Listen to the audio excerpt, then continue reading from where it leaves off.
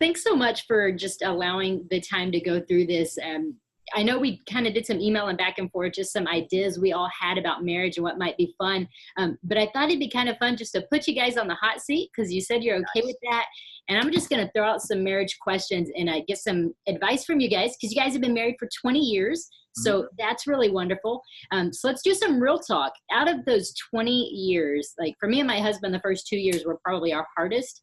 What about for you guys? What would you say were kind of your bigger, more difficult years? Definitely, I think the first couple of years, because we were just trying to figure out, our son's making noises upstairs. I think just trying to figure out our life, like, because we had kids right away, we got a house right away, we got into a position of ministry right away. So a lot of big things were happening in our life. And I think it was just trying to juggle it all maybe. And yeah, I think for me, year maybe 3, because our daughter was born in year 2. So year 3 of navigating a journey we did not necessarily expect. We talked about 3 to 5 years having kids. We had kids immediately. And so navigating everything she just said, all of the new seasons and things that were happening to us on top of we were married for such a short amount of time, and now bringing another human into that equation, it was just tough. We changed seasons so quick. Wow. That is tough. If you were working with couples now, because I know you guys do a lot of that where you're talking to couples and helping them improve their marriage, if they're going through something similar, so we just got married, or maybe not even just married, but we have all these transitions at one time, what's kind of your big tips that you might give couples like that? Couples going through transitions? Yeah, like multiple transitions at one time. Still make time for each other. Because I think during that time we were so busy, and with job and everything, I felt like we were newlyweds too. Like in the first couple of years, you think about it, we were newlyweds still. And we just jumped into this life, and we didn't necessarily take those times to have the date nights or just to go for a walk and talk, weekly even, like just to spend that quality time. I think that was missing a little. Well, I think I've said for a while that what wins your heart keeps your heart. And for some reason, when couples get married, they stop doing the things that originally won your heart, which is exactly what Ann says, the time together, date nights, and all the things that go along with just having fun. And couples that like each other would normally fight for each other. So to me, that's a key thing we should have done a while ago. I think the other side is we didn't understand that our love languages were set in one place. And when Cammie was born, her love languages changed completely because just her own chemical makeup, her drive, she's being touched all day by a child. I haven't been touched yet. And so navigating through just the change of love languages that happens, not just with children, but every season of life, you just change. And I think we just totally misinterpret that we're just going to be the same always. And I mean, we kind of know that, but until you experience a different season of marriage, you don't grasp that your love language will change a bit. Yeah, that's a really good point. And so with the love languages and having those change, how quickly did you guys pick up on that? Like, did you notice, hey, something's changed and we're not feeling connected, or your look says no? It took us way too long. And we didn't even ask for help, which I look back and I wish I could tell young Ann and Dave that every marriage is going to go through something that is beyond the two of you. You have to have help. And so we were honestly kind of prideful about asking for help. It's almost like if we asked for help, it was a sign of weakness. And that's the polar opposite. I wish we would have just asked for help because we were frustrating each other because in my mind, physical touch was going to make the marriage better. Sex heals everything, and that's not necessarily true. And for her, quality time was so much on the scale of being home and just needing quality time with me and learning how to navigate that. I just wish we would have asked for help earlier because that, some of the best times I think of marriage conferences and moments which did just give us aha moments that I thought, had we known that a year or two ago, it would have made life a lot easier having somebody in our life to help us with that. So not only talking to maybe couples that were a couple seasons ahead of us or different season of life ahead of us, but even talking to couples that are in the same season of life, like, oh, okay, this is normal. What I'm feeling is normal. Like, we're all kind of dealing with the same things, and just even being open and honest and being vulnerable with other couples your age or the same season of life. Yeah.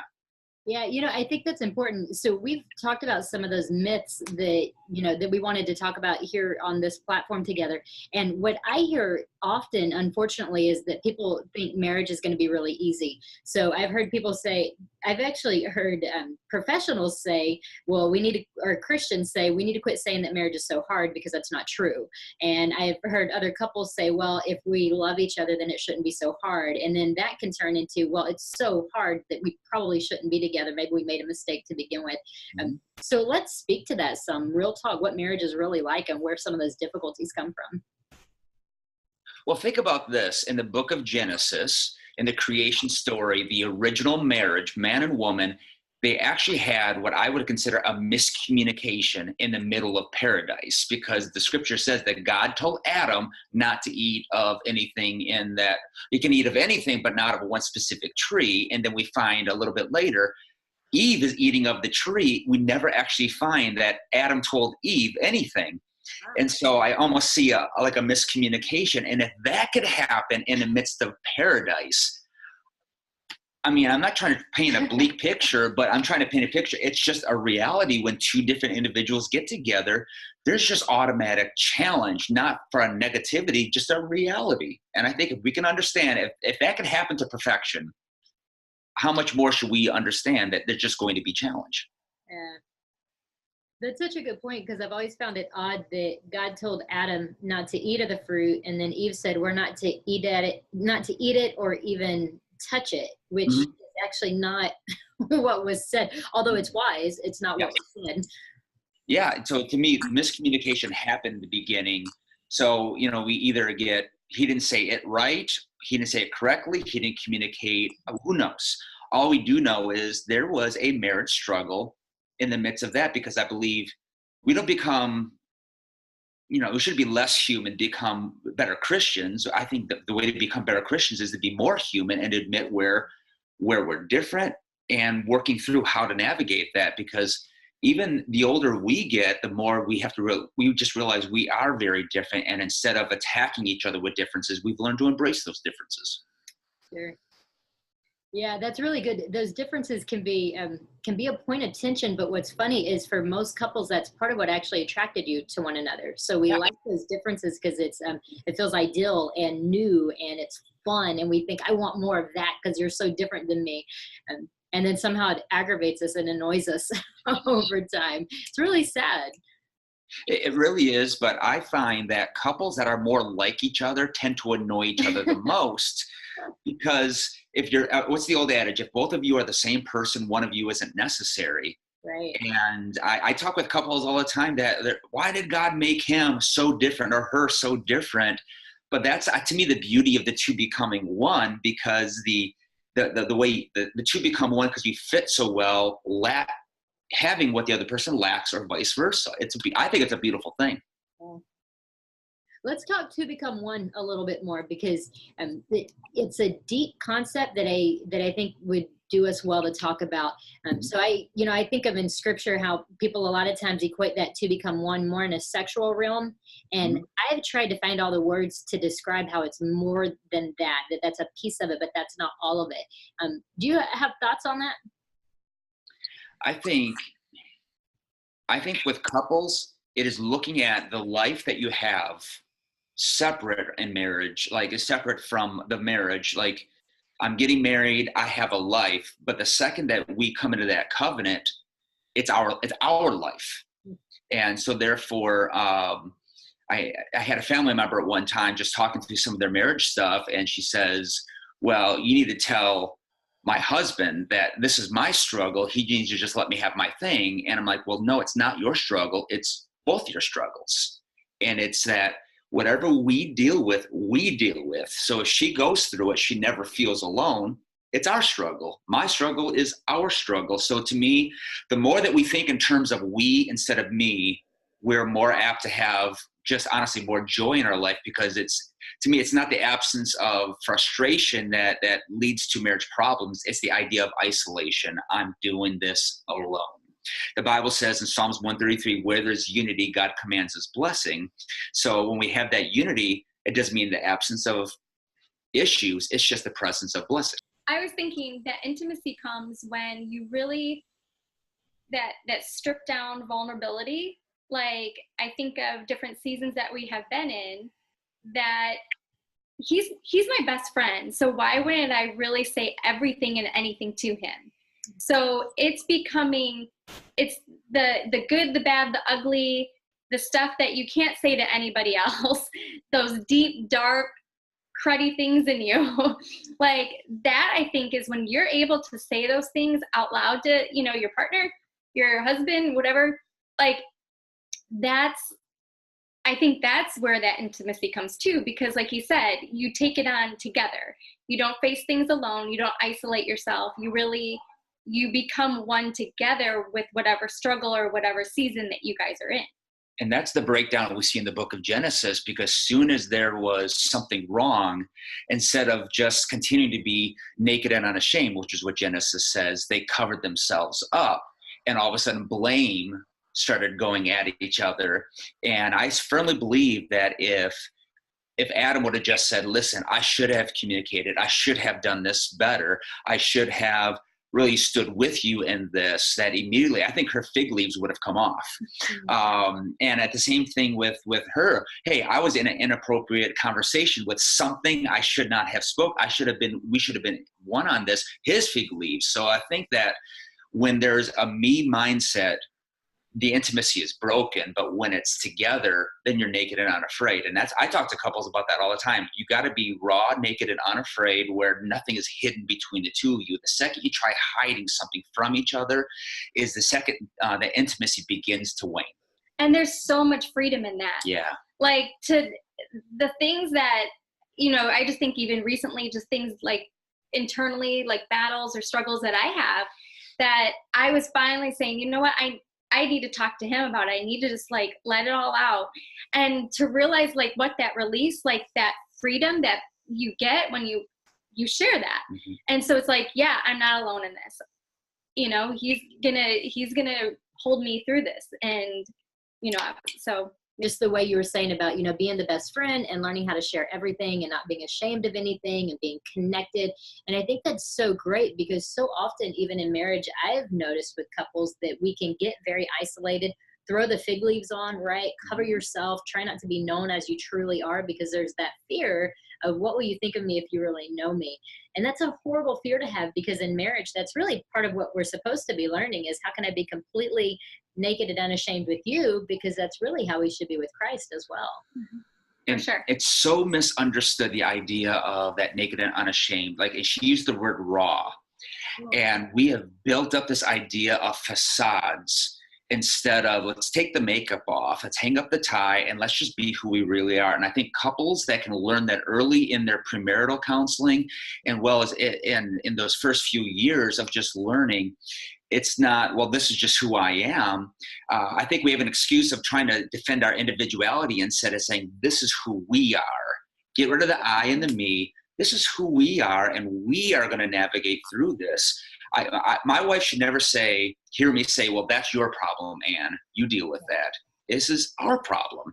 And like, as a guy who deals with depression, she doesn't need to say, well, that's Dave's depression. This is ours. And we do this thing together. So that's a huge thing. Togetherness. You don't have to have the answers, but you do have to have each other. Yeah. Yeah. That's part of that, to become one, is having each other. Even if you don't have the answers, at least you know that you're not in the fight alone. Mm-hmm. Absolutely. Absolutely. All right, let's talk a little bit about the soulmate situation, because I know a lot of times I've worked with couples who they feel like, well, if we're not good now, then maybe we never were, and so maybe I married the wrong person. What do you think about that? If we're not good now, we'll never be good later. I don't know what the scientific way to put it, but it's redonkulous. I mean, if I think of how good we think we were at a year or two, and it just went away. We're totally different people than we were when we first got married. I feel like you're constantly evolving through every different season that you come through. Mm-hmm. And I mean, 20 years later, we're totally different than who we were. And I think that you navigate it together. And we are so seduced by the happily ever after Yeah. thing, but there's a reason why you don't have sequels to rom-coms. No, it's not like you got mail, then you got mail again. All right, there's no sequels because it has this idea that you meet and then you're compatible and you never have issues whatsoever. I would love to actually see real sequels to all of those rom-coms to see the struggle that they all deal with, because marriage is work. it's just work, and the idea of instant gratification in our culture, that if it's not feeling right, it must not be right. But I think one of the worst things that could ever happen to this world, it would be worse than the zombie apocalypse, is have everyone just act according to how they feel in a moment, because it changes. And if we can wrap our heads around how awesome our feelings are, but they were never meant to be our masters, they were meant to be instruments. And if we can just see what the fact is, we are one, and I don't always feel like being one, but we need to act on truth, and we live out truth, because feelings are the caboose, not the engine. So we just got to make sure that we act on what's right, and the feelings follow afterwards. And what you might be going through in one season doesn't mean in the next season it'll be totally different. Like it can be better, it can be greater. But what are you going to do during this season that might be the struggle? How are you going to handle that and take care of that season to get you to the other one? And that's where I think the togetherness comes into play. We love the term seasons, because in Michigan we have definitely 4 seasons, but we can recognize that winter is not a time of death. Actually, it's just a little bit of a time of dormant, because without that winter time, the seeds have a hard time taking for spring. And so if we see this is where we're at, we can embrace each other and work together through it. It leads into the next season. All the seasons are necessary. It's learning how to recognize it and to work together through that. Yeah, that's good. Okay, so let's say there's a couple watching who are in that season of we're just not doing good. What are some tips maybe that you would give, or some advice of here's how we can try to get to where we're doing a little better? Don't do it alone. Okay. I mean, get rid of the pride and ask for help, because I think the longer that you're in it, it's harder for you to have that vulnerability and to say, no, we can handle it together. But if it's really a tough season, then have somebody that's a little bit older than you. Talk to a counselor, go to somebody. Don't do it alone. You don't need to do it alone. And I think is, yeah. I think that's a huge key, but I think when you're finding someone to talk to, you've got to find somebody that has wisdom and has insights. I would say a godly source that knows how to speak life into your situation, because you can find a third party, but if it's your best friend that is only looking out for you and doesn't like your husband, or you talk to your friend and he doesn't like your wife, you need a objective, godly counsel that can speak in and help call things out that you may not see with just your natural eyes. The other thing that I kind of alluded to earlier that is so misunderstood, it's the beautiful word fun. Couples, if you're going through a struggle, find a way to have fun together. Yeah. Scripture says that laughter is like a medication for our hearts. And if we can look and just enjoy one another, well, it can actually help us out. I've always said, dates are cheaper than divorce lawyers. Yeah. Get yourself in a pattern of going on dates, and believe me, we've had enough Taco Bell dates, and that was our dates for years, because it's all we could afford. But sitting and eating tacos and talking and laughing, it's amazing how a $10 meal of just laughing and smiling together just puts life in perspective. Yeah. It just does. Just reconnecting during that time, because I think a lot of times those lead to how you weren't connecting before that. That's good. So, you become almost like strangers, or there's this wall because you haven't been talking, you haven't been connecting, you haven't really been listening to each other. So I think that's part of it, is just go for a walk, and really listen to each other, get to know each other again, laugh, have it be light or whatever, but reconnecting. Most of the time when I hear someone say they're in a tough season, what I end up really kind of getting out of the couple is they both feel isolated and there's lack of togetherness. They're actually describing, I'm going through something, or we're going through something, but because there's a breakdown of communication, there's quality time that's missing. They're really describing we're in a tough time, but individually we're feeling isolated, as opposed to, it's a little bit of a rough spot, but it's all good because we're talking and we're communicating. You rarely hear that, so it's usually just a sign of an isolated feeling and that the oneness not being there. That's really great that you said that. And I absolutely agree. I can see that even in couples I work with, when they're feeling disconnected, it is that sense of I'm all alone in this. Mm-hmm. You're not with me. And it is because they're not knowing how to talk. And Anne, what you said even about, we'll go out on a walk and get to know each other again. And I found that some couples struggle so much with that because they think, well, here we are, we've been married for 10 years, 15, 20 years, whatever. And they'll say, and we don't know each other. And so it feels like such a failure and such a difficulty that they think, well, we can't get beyond this. How would I get to know you now? But it's in those moments, like those quiet walks and spending some time together and asking questions that maybe you feel like you should know, but it gives you a chance to just kind of understand each other better. Yeah. It was our 10th anniversary. She sat me down to explain that she hates football, which shattered my heart because we've been together almost 14 years total. And I was just shocked. I'm like, this is the worst news I could have ever had in my life because I'm such a fanatic. But if you can just give yourselves permission to keep growing and to tell yourself that the person I've married, I know them well, but I've got so much more to learn and to grow because we all just change. Yeah. Thank God we do change, but we just got to give ourselves permission to, it's not a fun word in the Christian world, evolve. It's a scary word in the church, but we just evolve. Yeah. Life, jobs, children, it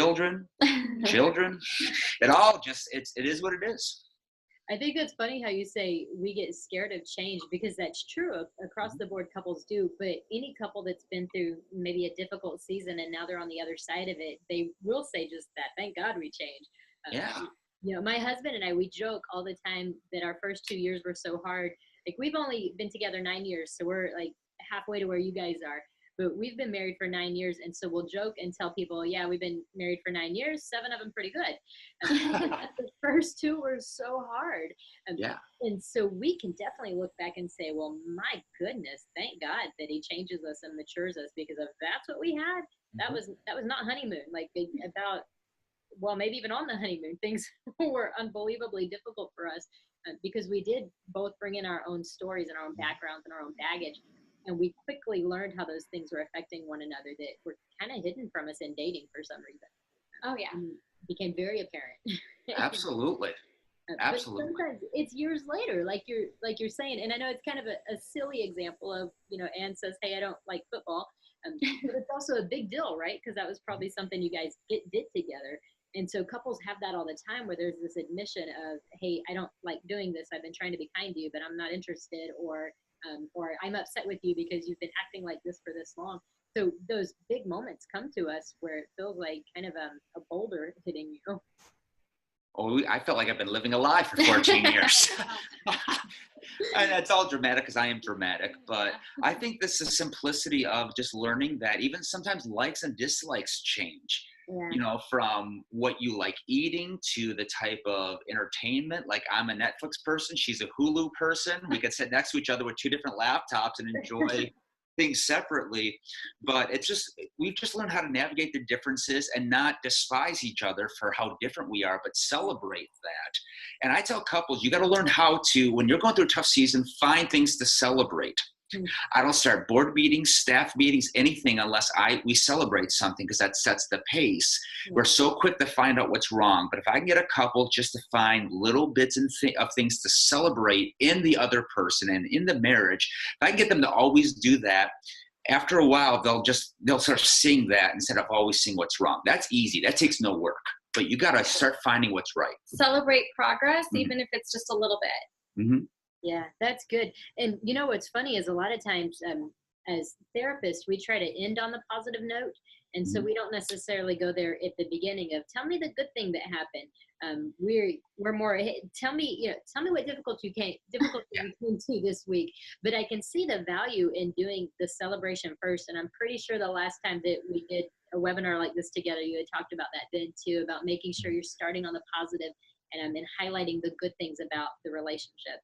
Scripture says, enter into his gates with thanksgiving in our hearts.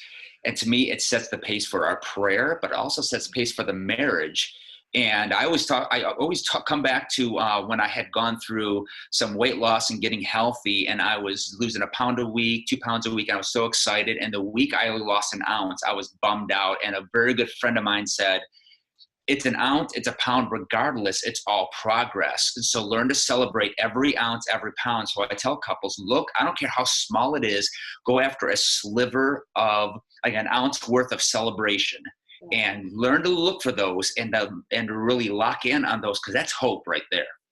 Couples sometimes expect too that if you love me, you're going to know me completely. You know what I want, what I need, and what I'm thinking.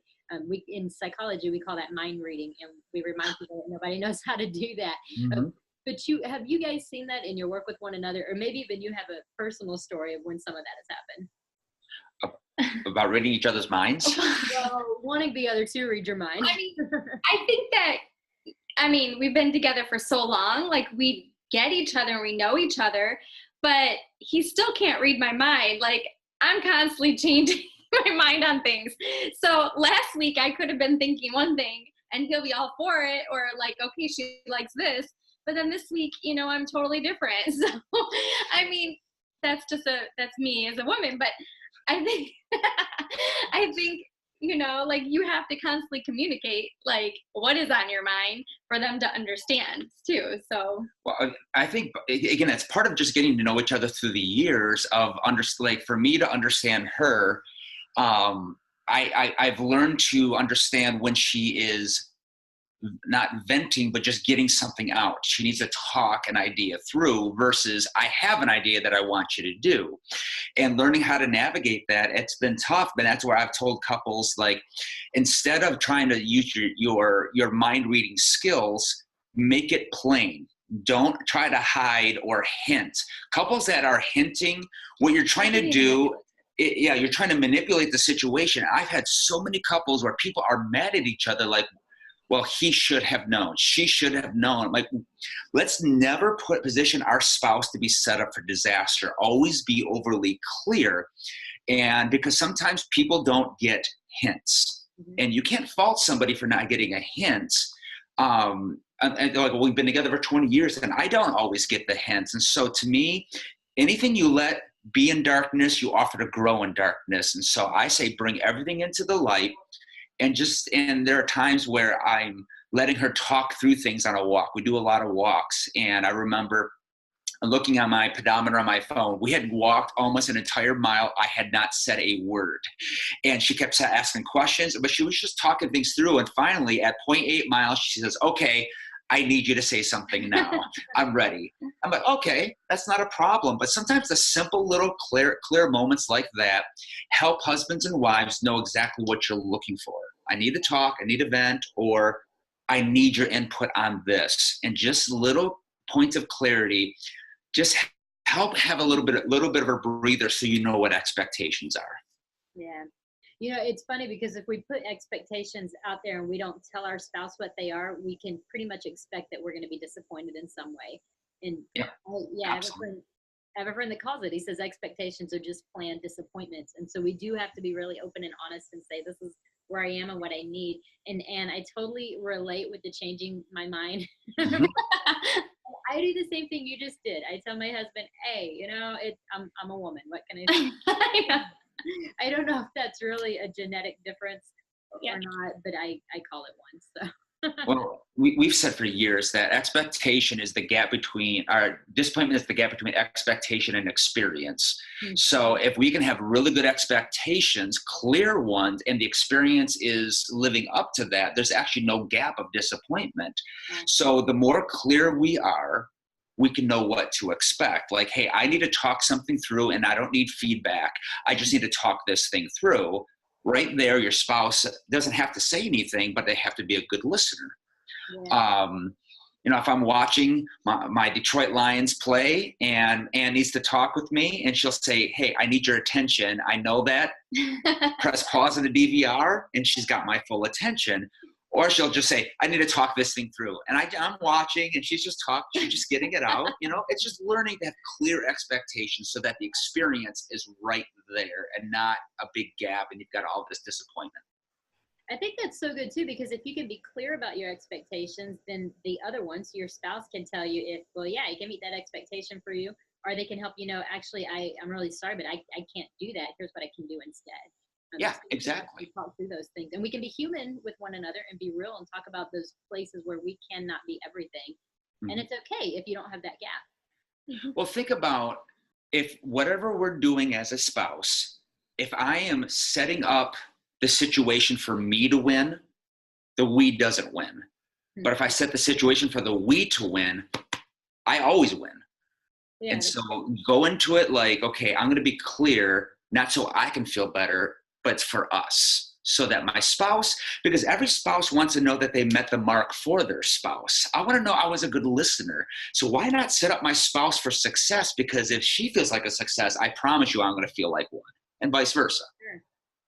Absolutely. Yeah, that's definitely not just a male-female thing either. We do all want that. We want to know that we're loved and we're cared for, and that we're showing one another that I love you and I care for you.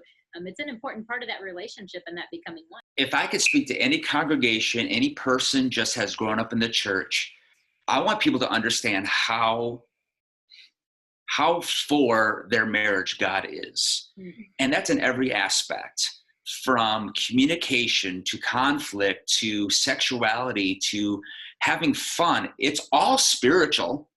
There's nothing about marriage that isn't spiritual. It's all spiritual. And I've had people say, well, we want to be a deeper spiritual marriage, and, can help us know how to pray better together. Yeah, but fun is spiritual. Quiet times are spiritual. Learning how to navigate rest as a couple, time apart, time together. It is all woven together. And when we learn how to get a healthy marriage, God is honored. Yeah. And when people see us navigating through conflict and see us coming out on the other side, that's God honoring. It's not the absence of conflict that's God honoring.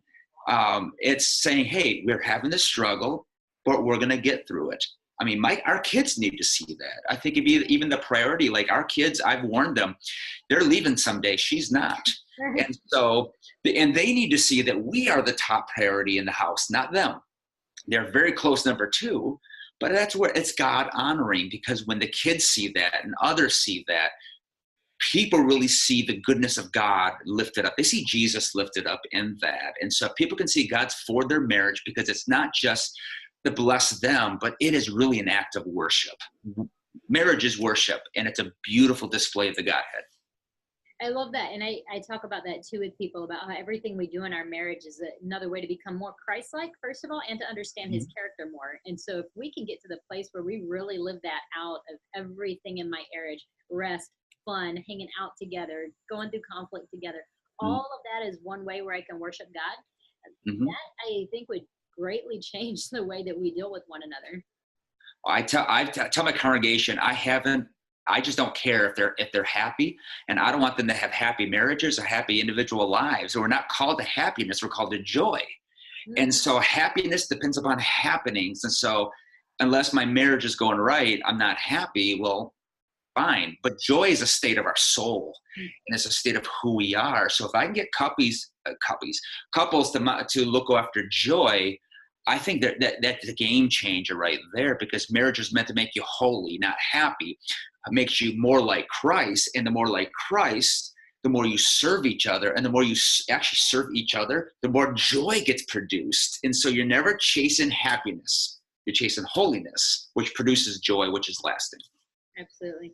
That brings me back to what you said earlier too, about when Christ was about to be crucified and he was in this place of extreme torment, he Mhm. was still able to really walk in peace. And Yeah. even in his prayers that were so deep of if this cup can pass from me, he Mhm. was still able to walk forward in peace, not my will but yours be done. He was still able to talk with his disciples.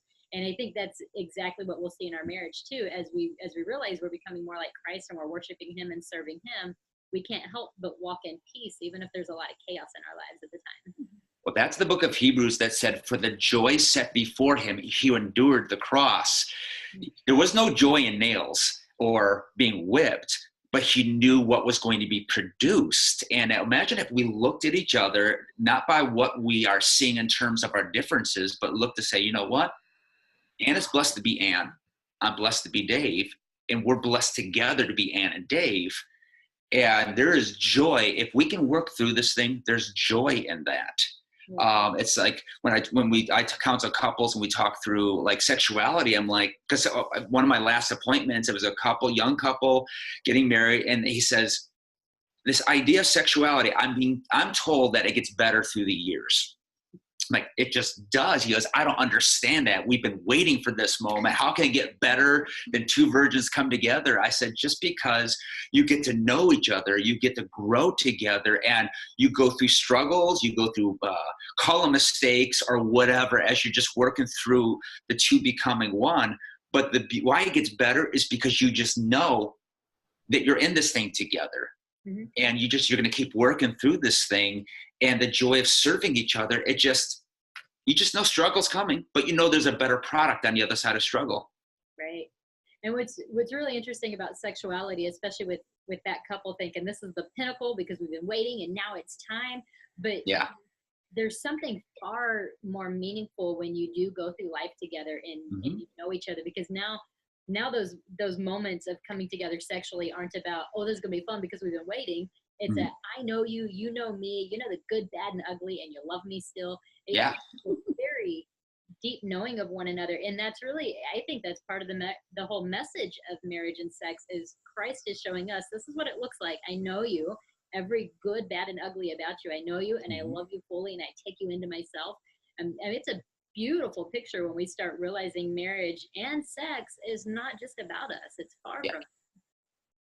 It's like when I think of Romans chapter 8, that nothing separates us from the love of God. We all talk about, well, in spite of our past, God still loves us. But if we really thought a little bit deeper and realized that in his sovereignty, how he knows that we respond and live, and what he knows some of the mistakes that we're going to make at the times that we're going to fall short, and yet he knows what we're going to do and still chooses to love us. Yeah. It's not based on our performance. And if we understood marriage is not based on performance, and that's why all the things seem to get better and better the more that we work together, because you realize I love this woman not because she performed well today, or I'm loved not because I performed well today in whatever aspect. Like, we can fight and really screw up a fight, but the performance doesn't drive the love.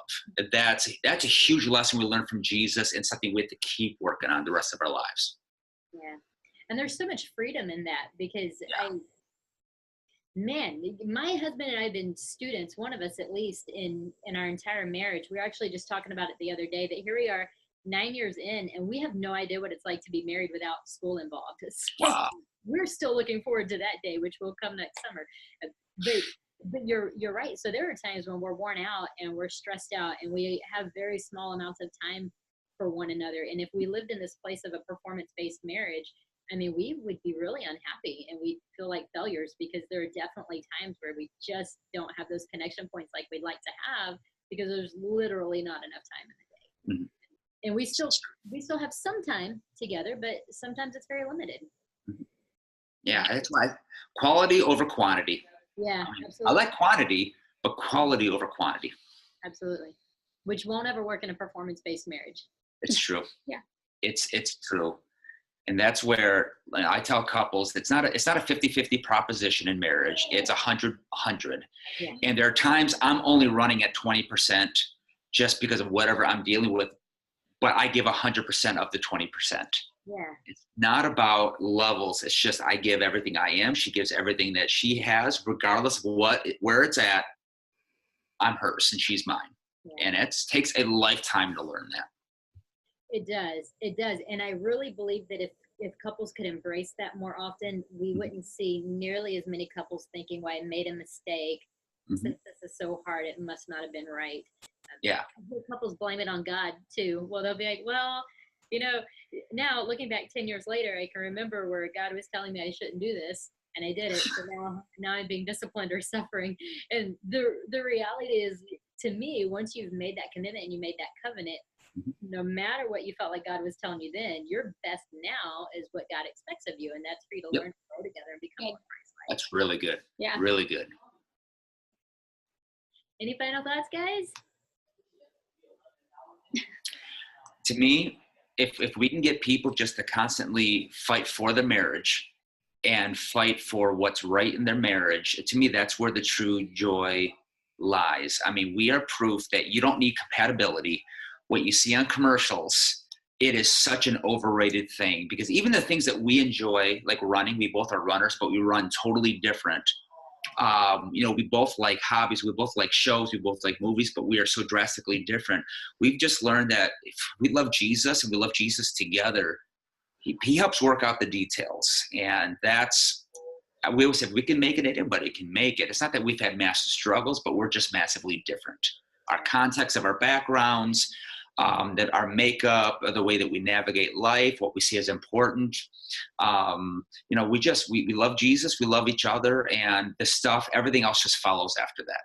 Yeah, that's good. We have a lot of those differences too. So yeah, We get it. I hear you. Guys, thanks so much for being involved. This has been fun. I love talking about marriage with people that are really passionate about it and want to help others know that with God's help, we really can do this thing well, and we can learn more about him in the process. So thanks so much for coming. Anytime, girl. This is a blast.